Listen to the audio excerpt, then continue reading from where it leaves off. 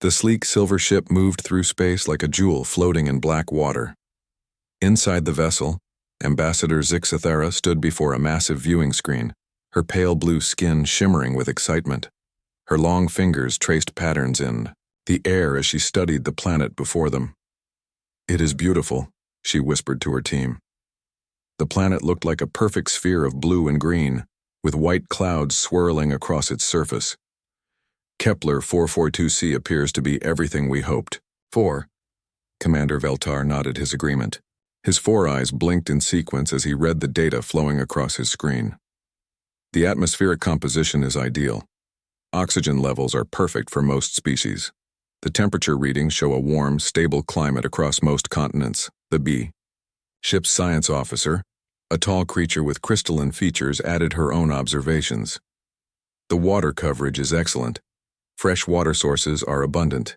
The land masses show rich soil composition that could support agriculture for dozens of species." Zixathera felt a surge of hope. The Galactic Council had been searching for worlds like this for centuries. Most planets were either too hot, too cold, too dry, or too dangerous for peaceful colonization. This world seemed different. This world seemed perfect. "Begin the detailed scans," she ordered. "I want to know everything about this planet before we make our report to the Council." The ship's computers hummed to life. Sensors reached out across the vast distance, gathering information about every aspect of the planet below. For 3 days, the team worked without rest, collecting data and running analysis programs. On the 4th day, everything changed. Commander Veltar was the first to notice the problem. He stared at his readings with growing concern. "Ambassador, you need to see this. The electromagnetic readings are unusual." Zixathera moved to his station. The numbers on the screen made her skin pale even further. "These readings cannot be correct. Run the scan again." "I have run it 12 times, Veltar replied. "The planet experiences electromagnetic storms that are 50 times stronger than anything we have ever recorded. These storms happen every few days and last for hours." The science officer joined them, her crystalline features flickering with worry. "The gravity readings are equally disturbing. The planet's gravitational field fluctuates wildly. In some areas, gravity increases by 30% without warning. In others, it drops by 20%. Zixathera felt her excitement turning to fear. "What about the atmospheric pressure?" "Unstable," came the quick reply. "The pressure changes rapidly across different regions. What appears calm on our long-range scans is actually a chaotic system of pressure fronts that move across the planet's surface." But the worst news was still coming. The ship's biological sensors had been analyzing the plant and animal life on the planet's surface. The results were terrifying. "Ambassador," the science officer said quietly, 92% of the plant life on this planet produces toxins that would be lethal to most known species. The animals are even worse. Many of them secrete poisons through their skin. Others produce toxic gases when threatened." Commander Veltar added more bad news. "The planet's weather systems are extremely violent. The storms we detected are not just electromagnetic. They include high-speed winds, dangerous lightning, and precipitation that contains corrosive elements." Zixathera sank into her command chair. The beautiful planet on the viewing screen now looked like a death trap. How is it possible? The initial scans showed such promise. Long-range sensors can only detect basic atmospheric and surface conditions, the science officer explained. The detailed analysis reveals the true nature of this world. It appears habitable from a distance, but living on its surface would be impossible for most species. The team spent 2 more days confirming their findings. Every new piece of data made the situation worse. The planet that had seemed like paradise was actually one of the most dangerous worlds they had ever discovered. Zixathera prepared her report for the Galactic Council with a heavy heart. She included detailed warnings about every aspect of the planet's hostile environment. Her recommendation was clear and urgent. Kepler 442c must be classified as a Class Lothid Deathworld, she dictated to the ship's computer. No species should attempt colonization. The electromagnetic storms alone would kill most beings within hours. The gravitational fluctuations would crush delicate bone structures. The atmospheric pressure changes would cause fatal breathing difficulties. The toxic plant and animal life would poison any visitors before they could establish shelter. She paused and looked at the planet one more time. This world appears beautiful from space, but it is a trap. It offers the illusion of paradise while hiding deadly secrets. I recommend immediate prohibition of all contact with this planet. The report was sent to the Galactic Council within hours. Within days, Kepler 442c was officially marked as forbidden territory. Warning beacons were placed in the system to alert any ships that might accidentally enter the area. Meanwhile, on the other side of the galaxy, Captain Jake Morrison was reviewing his new assignment. He sat in his small office aboard the space station orbiting Earth, reading through the mission details on his computer screen. Jake was a practical man in his early 40s with gray hair and weathered hands. He had spent most of his life working in difficult places, from oil rigs in the North Sea to construction sites in Alaska. When humanity had developed faster than light travel, Jake had volunteered for the colonial program. The mission briefing was straightforward. Earth needed to expand its agricultural production to feed its growing population. Scientists had identified a perfect world for farming and colonization. The planet had been designated as humanity's first deep space agricultural colony. New Eden, Jake read aloud. Sounds nice enough. The planet's statistics looked impressive. Abundant water, fertile soil, a stable climate, and plenty of space for growth. The atmospheric composition was almost identical to Earth's.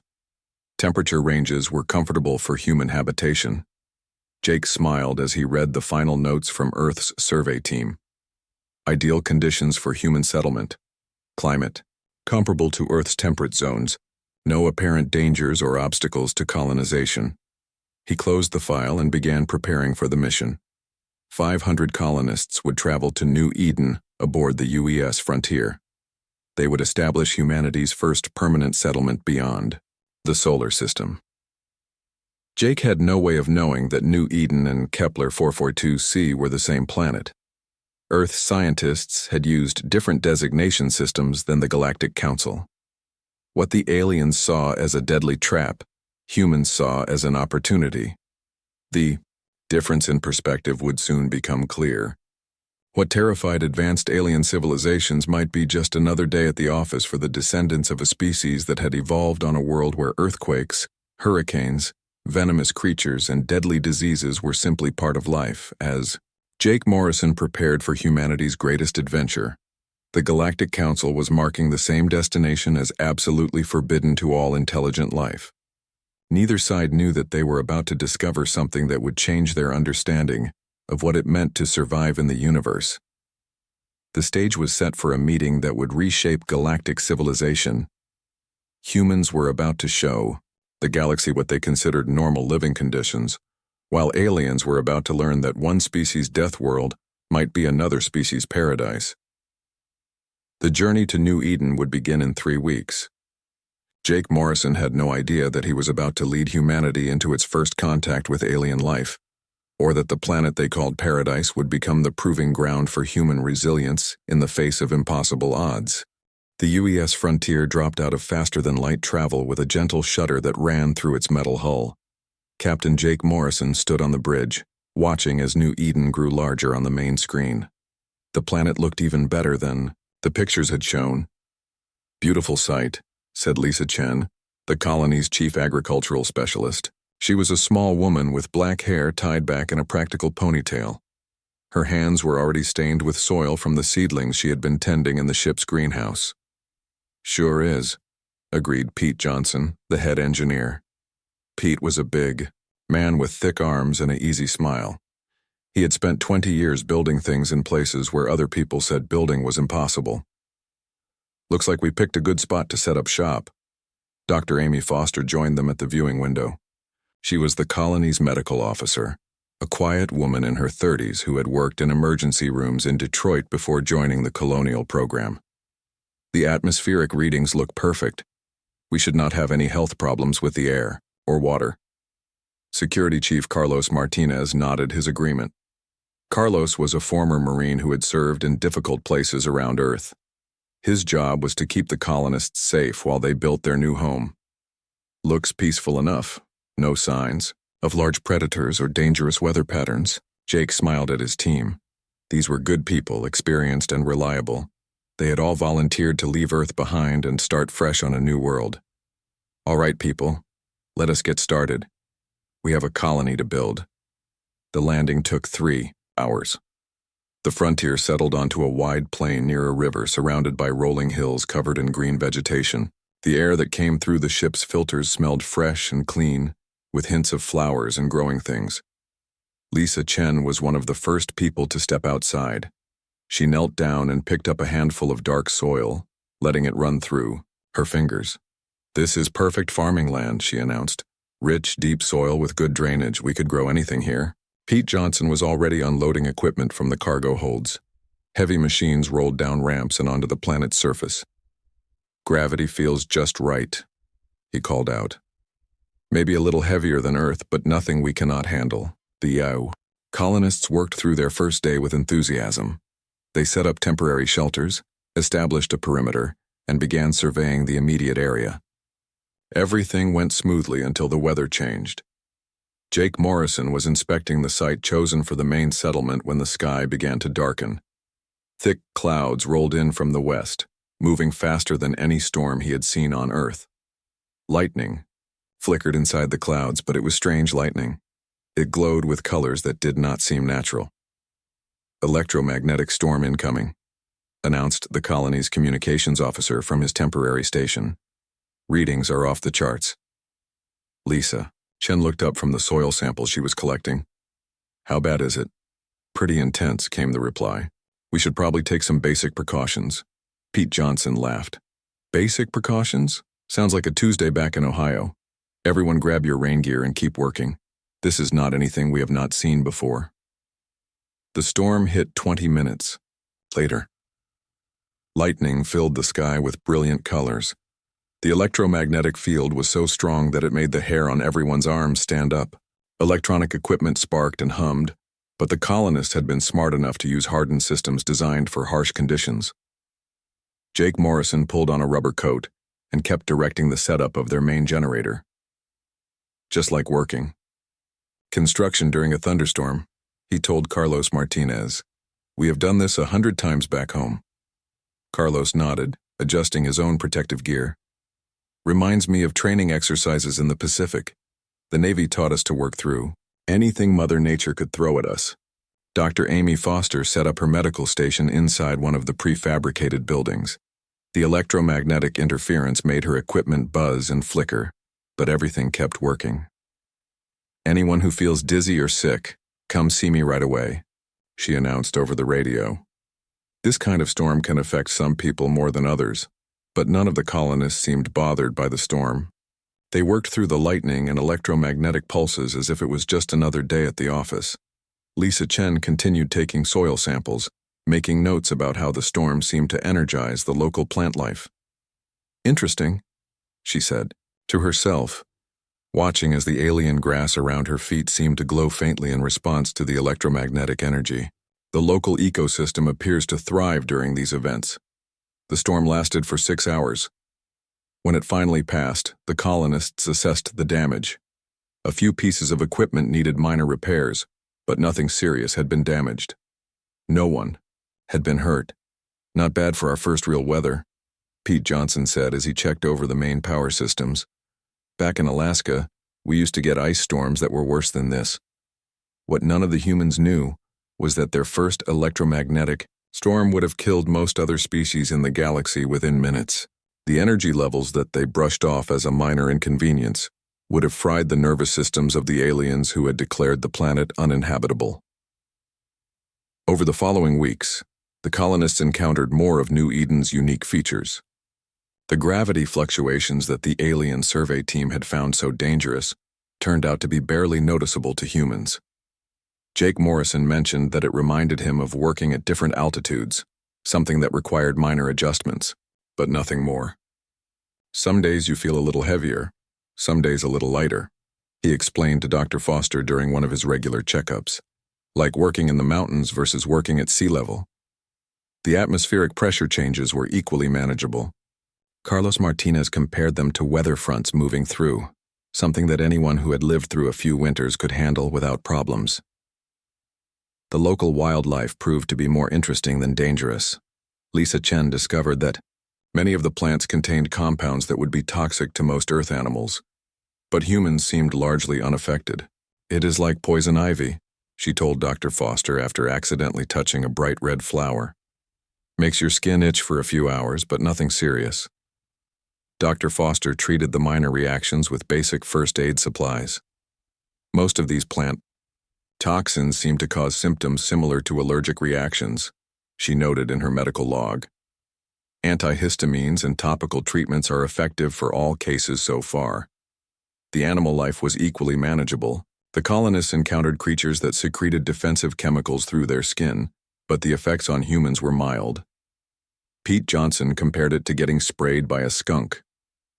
Unpleasant, but not dangerous. A good shower and some soap takes care of the problem.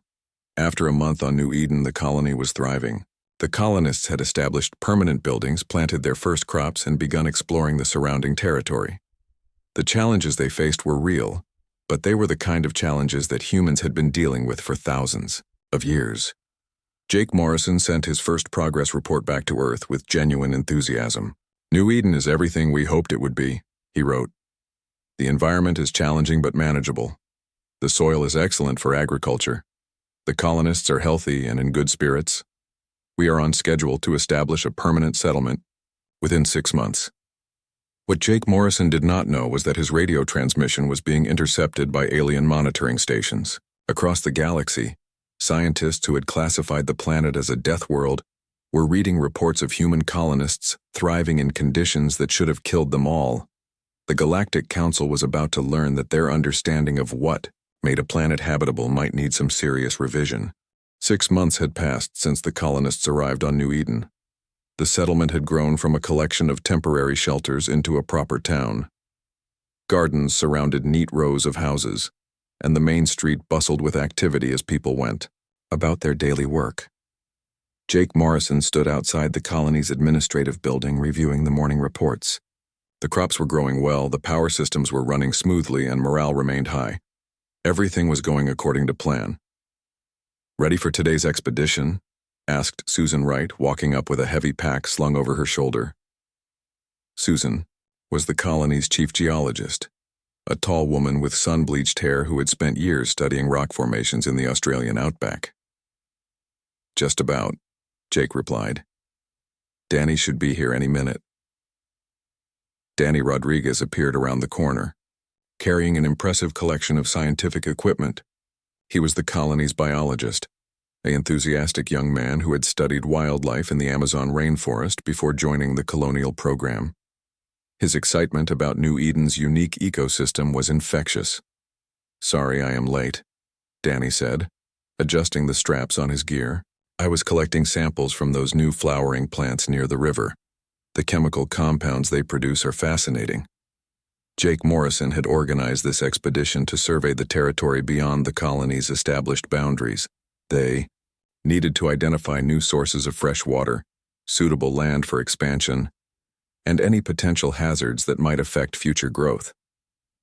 The 3 humans set out across the rolling grasslands that stretched to the horizon. The morning was pleasant, with a gentle breeze carrying the scent of unfamiliar flowers.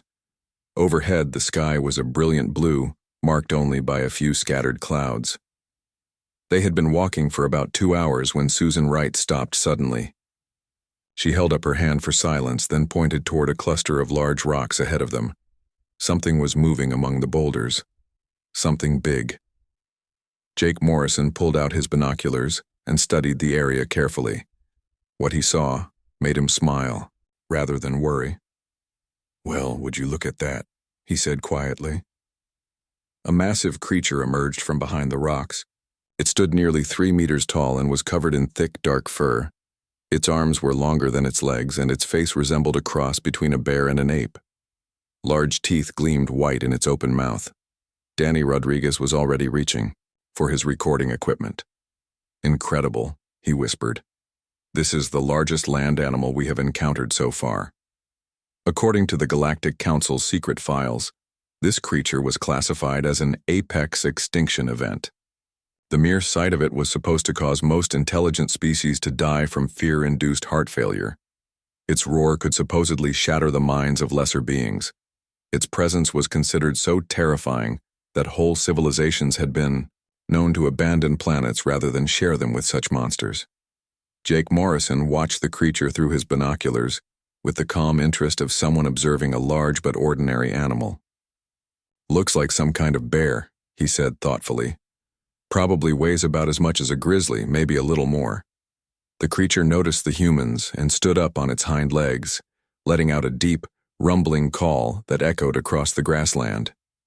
The sound was impressively loud, but the three humans remained relaxed. "Territorial display," Susan Wright observed, making notes in her field journal. "It is trying to determine if we are a threat." Danny Rodriguez was busy setting up his camera equipment. "This is perfect. I need to document its behavior patterns and physical characteristics." Jake Morrison had dealt with dangerous wildlife before during his time as a park ranger in Montana. He knew the basic rules for encounters with large predators. Move slowly, avoid direct eye contact, make yourself appear non-threatening, and give the animal space to retreat. He gestured for his companions to take a few steps backward. "Let us give it some room," he said calmly. "It is probably just curious about us." The massive creature dropped back down to all fours and began moving in their direction. Its gait was surprisingly graceful for something so large. Each step made the ground vibrate slightly. "Fascinating locomotion," Danny Rodriguez murmured, still filming. "The muscle structure must be incredibly efficient." When the creature got within about 20 meters, it stopped and sat down like an enormous dog. It tilted its head to one side and made a softer sound, almost like a questioning grunt. Jake Morrison slowly reached into his pack and pulled out one of his emergency food rations. He unwrapped it carefully, keeping his movements slow and deliberate. Then he tossed the ration halfway between himself and the creature. The animal approached the food cautiously, sniffed it thoroughly, then picked it up with surprising delicacy and ate it. When it finished, it made another soft sound and settled down into a resting position. "Well, that was easier than expected," Jake said with a grin.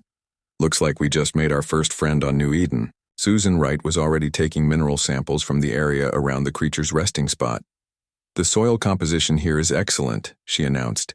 "High mineral content, good drainage. This would be perfect for our next expansion phase." For the next hour, the three humans went about their work while the massive creature watched them with apparent interest. Danny Rodriguez documented its behavior, Susan Wright mapped the geological features of the area, and Jake Morrison surveyed the terrain for future development. The creature seemed to enjoy the company. It followed them at a respectful distance as they moved through its territory, occasionally making soft sounds that Danny interpreted as friendly communication attempts. "I think it is lonely," Danny said as they prepared to head back to the colony. "It might be a social species that ended up isolated from its group." Jake Morrison looked back at the creature, which was still watching them from its resting spot among the rocks. "Maybe we can set up a research station out here. Keep an eye on it, make sure it stays healthy." As they walked back toward the colony, none of the three humans realized they had just survived an encounter that would have been considered impossible by galactic standards. The creature they had befriended was supposed to be one of the most dangerous life forms in the known universe. Halfway back to the settlement, the sky began to change color. What had been blue was now shifting toward an ominous yellow-green. The air grew thick and heavy, making it slightly harder to breathe. Susan Wright checked her atmospheric scanner. "Toxic gas levels are increasing," she reported. "We are entering what the weather station called a seasonal atmospheric event."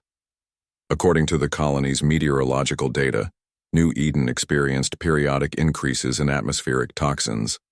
The gases were produced by seasonal changes in plant life and ocean chemistry. Earth's automated survey had noted the phenomenon, but classified it as a minor environmental variation. Jake Morrison pulled breathing masks from his pack and handed them out. "Just like working in a chemical plant," he said, fitting his mask over his face. "Good thing we brought the right equipment." The three humans continued their journey home, breathing through filtered masks and taking occasional readings of the toxic gas levels. The masks were standard industrial safety equipment, nothing fancy or high-tech. Danny Rodriguez actually seemed excited by the atmospheric changes. "This is probably when most of the local plants release their reproductive spores," he said through his mask. "The timing makes perfect sense from an evolutionary standpoint." What they did not know was that the gases now filling the air around them were lethal to 90% of known galactic species. Most alien civilizations would have considered this atmospheric event to be a planet-wide extinction scenario. The humans treated it like allergy season with extra precautions. By the time they reached the colony, the toxic gas levels were dropping back to normal. Jake Morrison filed his expedition report with the same casual tone he had used for dozens of similar surveys back on Earth. "Successful reconnaissance mission," he wrote. "Identified suitable expansion sites and made peaceful contact with local megafauna. Encountered seasonal atmospheric variations requiring basic protective equipment. No significant hazards or obstacles noted." Far across the galaxy, alien monitoring stations continued to intercept human communications from the planet they knew as a forbidden Deathworld. The reports they were receiving challenged everything they thought they knew about survival in the universe. Ambassador Zixthera stood in the command center of her ship, staring at the data streaming across multiple screens. For months, her monitoring team had been tracking the impossible signals coming from Kepler 442c. The readings made no sense. "Show me the latest transmission," she ordered. Commander Veltar activated the main display. Jake Morrison's voice filled the room, speaking in the strange language that their computers had learned to translate. "Colony report. Day 193, Jake's voice said clearly. "Population has grown to 547, with the birth of 3 healthy children. Agricultural output exceeds all projections. We have established peaceful contact with local wildlife and identified 17 species suitable for domestication." Zixthera felt a chill run through her pale blue skin. "This cannot be accurate. Run a full verification scan of the source. Signal." The ship's science officer, her crystalline features flickering with confusion, operated her instruments with practiced efficiency. "The signal originates from the planet's surface. Multiple transmission points indicate a thriving settlement, with expanding infrastructure." "Impossible," Veltar muttered, his 4 eyes blinking rapidly. "No species can survive on that death world for more than a few hours." Zixthera made a decision that would change galactic history. "Prepare my personal shuttle. We are going to investigate this anomaly directly." "Ambassador," the science officer protested, "the risks are too great. Even with our best protective equipment, exposure to that planet's environment would be fatal within minutes." "Then we will not leave the shuttle," Zixthera replied firmly. "But we must see what is happening down there with our own eyes." The shuttle launched 2 hours later, heavily shielded and equipped with the most advanced life support systems available to galactic civilization. As they descended through New Eden's atmosphere, the alien crew prepared for the worst. What they saw instead defied all logic. Below them stretched a thriving human settlement. Buildings lined neat streets. Gardens burst with colorful plants. People moved about their daily activities with no apparent protective equipment. Children played in open spaces while adults worked in fields and workshops. "Scan for electromagnetic interference," Zixthera ordered, her voice tight with disbelief. "Massive electromagnetic storm activity detected," came the immediate reply. "Energy levels that should be instantly fatal to organic life." Yet the humans below seemed completely unaffected. Zixthera watched through the shuttle's viewing ports as colonists continued their work, while deadly energy crackled through the air around them. Jake Morrison was in his office when the alien shuttle appeared in New Eden's sky. The colony's early warning systems had detected the approaching craft, but the readings were unlike anything in their databases. "Unknown vessel requesting permission to land," announced the communications officer over the settlement's public address system. Jake stepped outside and looked up at the strange ship hovering above the colony. It was unlike any human vessel he had ever seen, with flowing curves and surfaces that seemed to shift color in the sunlight. "Well, I guess we are about to make first contact," he said to Lisa Chen, who had joined him in the town square. Better get the welcome committee together. Within minutes, a crowd of curious colonists had gathered. Pete Johnson arrived with a group of engineers. Dr. Amy Foster came with her medical kit, and Carlos Martinez appeared with a few security personnel. Everyone seemed excited rather than worried. The alien shuttle landed gently in the colony's main plaza. For several minutes, nothing happened. Then a section of the hull dissolved away, revealing an airlock. 3 figures emerged wearing environmental suits that covered them completely. Even through the protective gear, it was clear they were not human. One was tall and graceful. Another had an unusual number of limbs, and the third seemed to be made of living crystal. Jake Morrison stepped forward with a welcoming smile. "Hello there," he called out in a friendly voice. "Welcome to New Eden." Ambassador Zixathera nearly collapsed when she heard the human greeting. The translator in her suit converted the words into her own language, but the casual tone was unmistakable. These creatures were actually welcoming visitors to a death world. "You," she managed to say through her suit's communication system. "You are alive." "Well, yes," Jake replied with a puzzled expression. "Were we supposed to be dead?" The question hit Zixathera like a physical blow. According to every scientific model known to galactic civilization, these humans should have died within hours of arriving on this planet. Yet they had been living here for months, and they seemed to be thriving. Dr. Amy Foster stepped forward with her medical bag. "Are any of you injured? You seem to be having trouble with your breathing apparatus." Zixathera looked at the human female in amazement. This creature was offering medical assistance to visitors she had never seen before, on a planet where the very air should be lethal. "The atmospheric toxins," Zixathera gasped. "How do you survive the poisonous gases?" Amy Foster looked confused. "Poisonous gases? The air here is actually quite clean. Much better than most industrial cities back on Earth." Pete Johnson had been examining the alien shuttle with professional interest. "Nice design," he commented.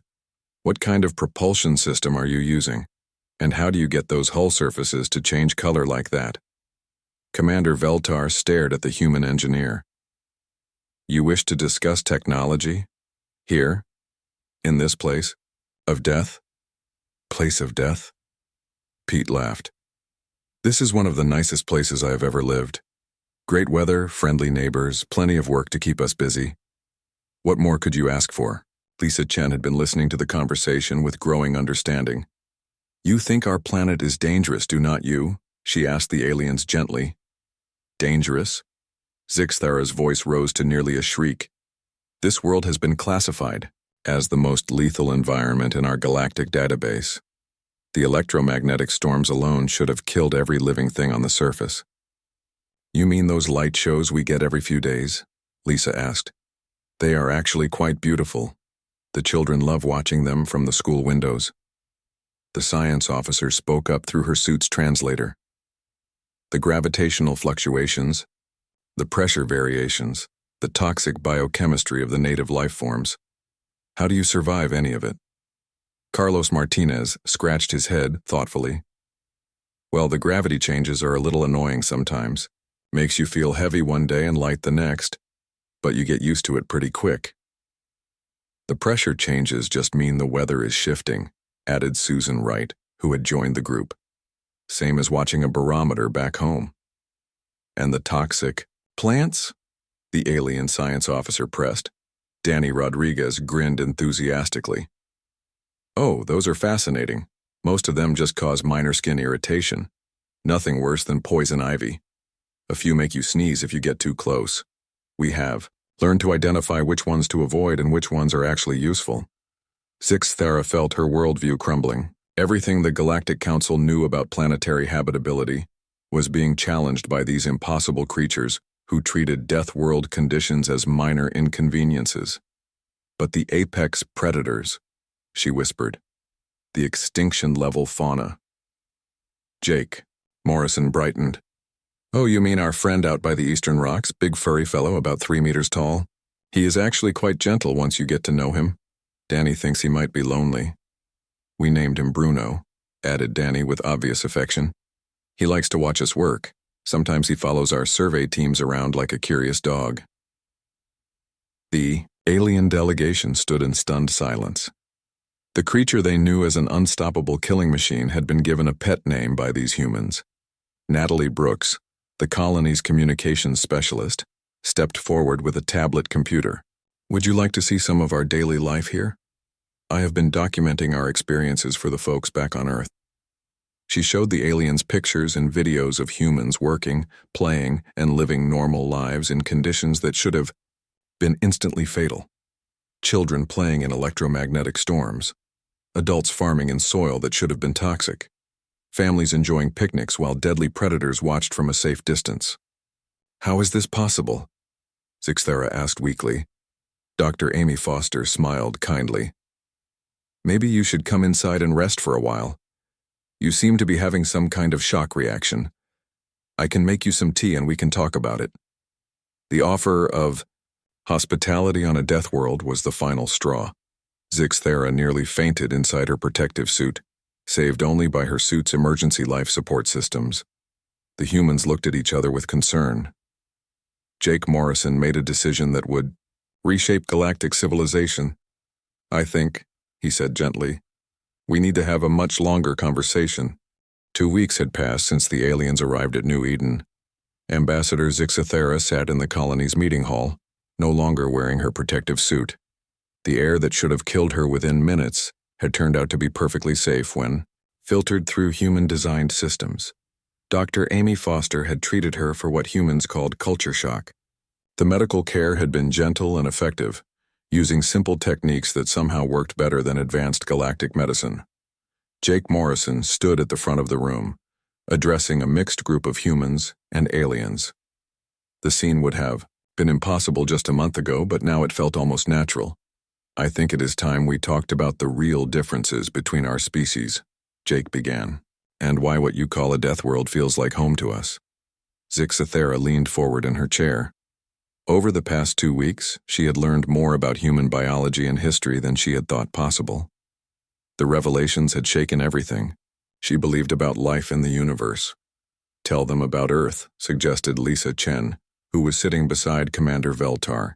The alien commander had become fascinated by human agriculture and spent most of his time learning about farming techniques.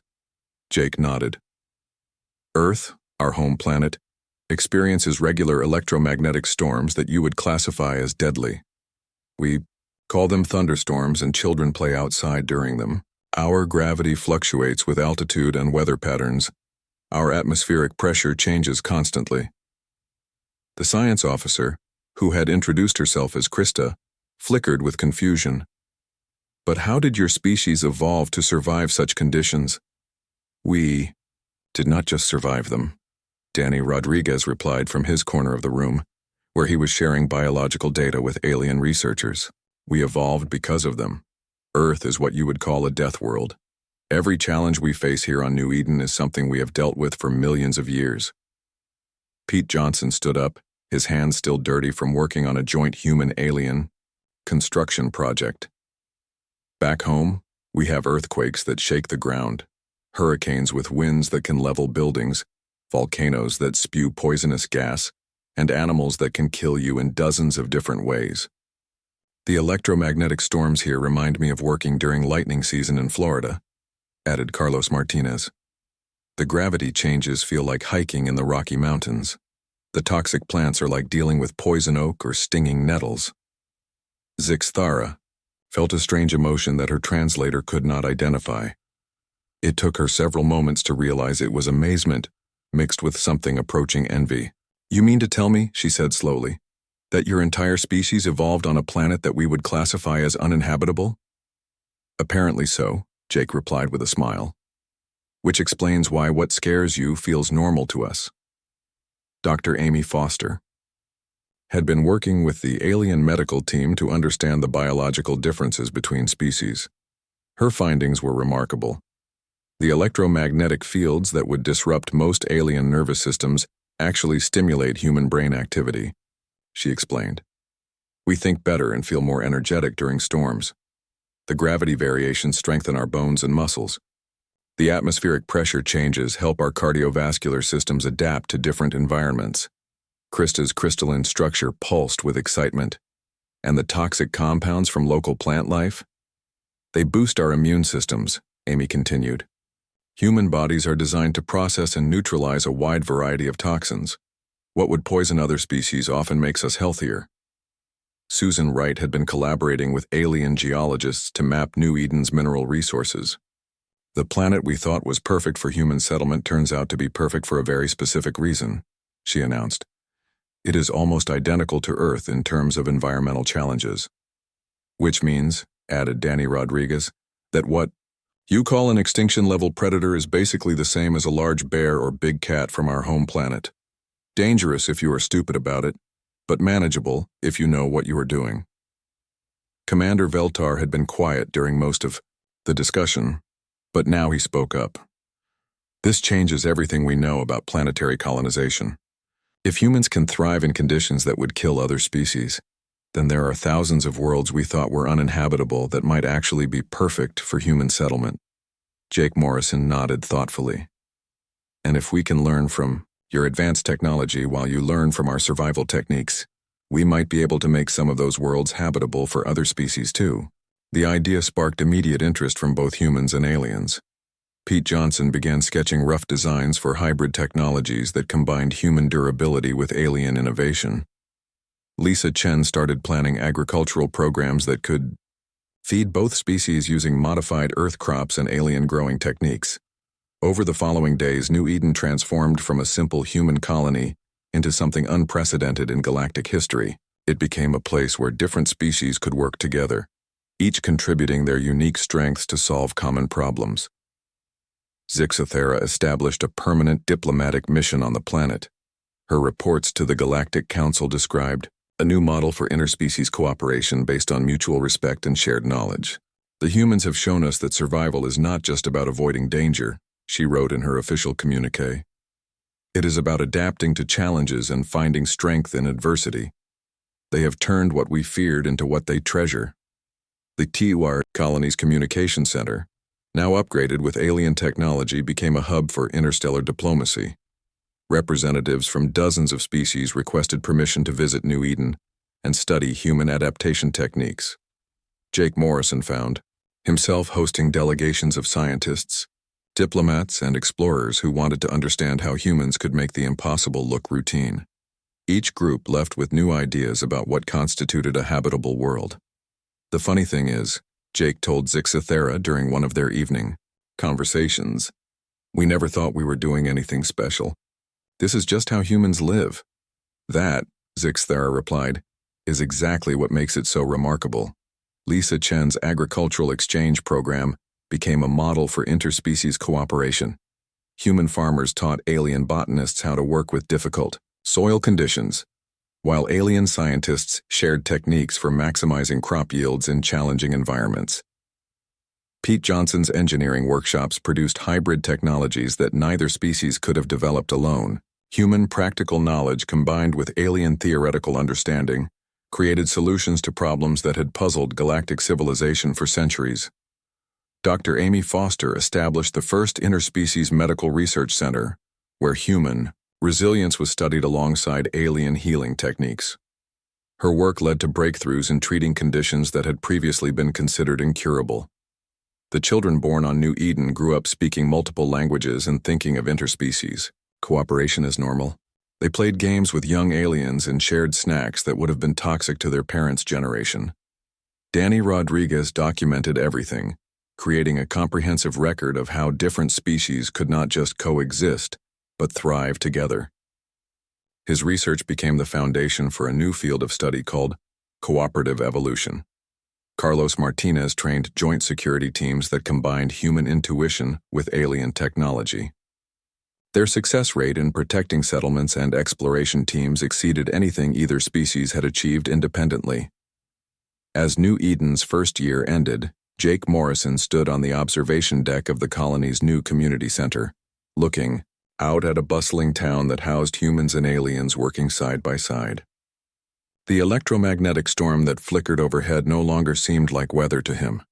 It seemed like a symbol of the energy that powered cooperation between species. You know, he said to Zixathera, who had joined him at the viewing window. When we first named this place New Eden, we thought we were just finding a nice spot to grow some food. And now? She asked. Jake smiled as he watched human children and alien youngsters playing together in the town square below. Now I think we found something better than paradise. We found a place where everyone can call home. The electromagnetic storm intensified overhead, painting the sky in brilliant colors. Neither human nor alien minded the display anymore. They had learned that sometimes the most beautiful things come from the most challenging places. New Eden had become more than a colony. It had become proof that the universe was big enough for every species to find their place, and wise enough for different kinds of life to help each other thrive.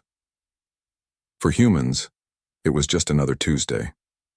For the galaxy, it was the beginning of a new age.